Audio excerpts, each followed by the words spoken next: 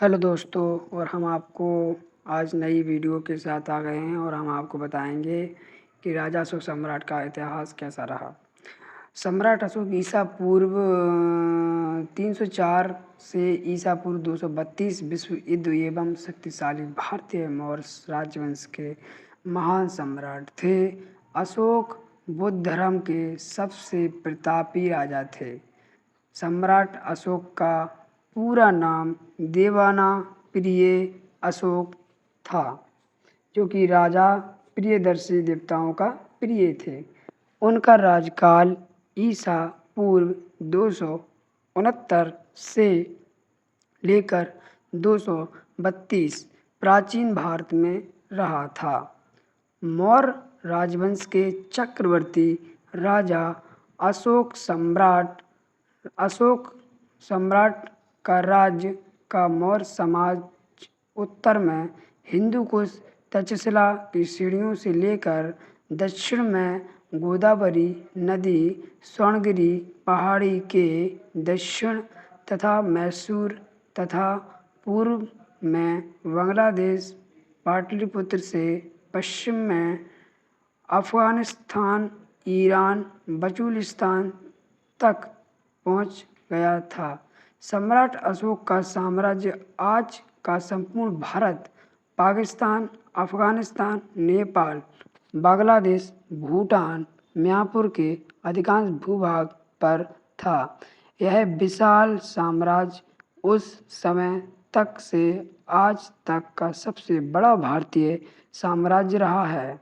चक्रवर्ती सम्राट अशोक विश्व के सभी महान शक्तिशाली सम्राटों एवं राजाओं की पंक्तियों में हमेशा शीर्ष स्थान पर ही रहे हैं। सम्राट अशोक ही भारत के सबसे शक्तिशाली एवं महान सम्राट हैं। सम्राट अशोक को चक्रवर्ती सम्राट अशोक कहा जाता है, जिसका अर्थ सम्राटों के सम्राट, और यह स्थान भारत में केवल सम्राट अशोक को ही मिला है। सम्राट अशोक को अपने विस्तृत साम्राज्य से बेहतर कुशल प्रशासनिक तथा बुद्ध धर्म के प्रचार के लिए भी जाना जाता है। सम्राट अशोक ने संपूर्ण एशिया में तथा अन्य आज के सभी महाद्वीपों में भी बुद्ध पंथ का प्रचार किया है। सम्राट अशोक के संदर्भ के स्तंभ पर एवं शिलालेख आज भी भारत में कई स्थानों पर दिखाई देते हैं। इसलिए सम्राट अशोक ही ऐतिहासिक जानकारी अन्य किसी भी सम्राट या राजा से बहुत व्यापक रूप में मिल जाती है।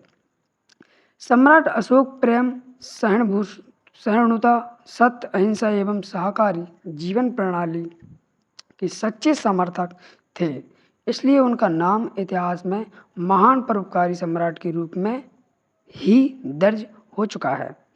कल्याण के राजांतरणी में धर्मोशोक का उल्लेख आता है।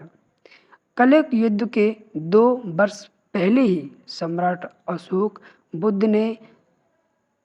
बुद्ध ने था, जिससे प्रभावित होकर बुद्ध अनुयायी हो गए और उन्हें ही स्मृति में उन्होंने कई स्तंभ खड़े कर दिए, जो आज भी नेपाल में उनके जन्मस्थल लुम्बिनी में माया देवी मंदिर के पास, सरनाथ बुद्ध मंदिर बोधगया, कुशीनगर एवं आंधी श्रीलंका, थाईलैंड, चीन, इन देशों में आज भी अशोक स्तंभ के रूप में देखे जा सकते हैं।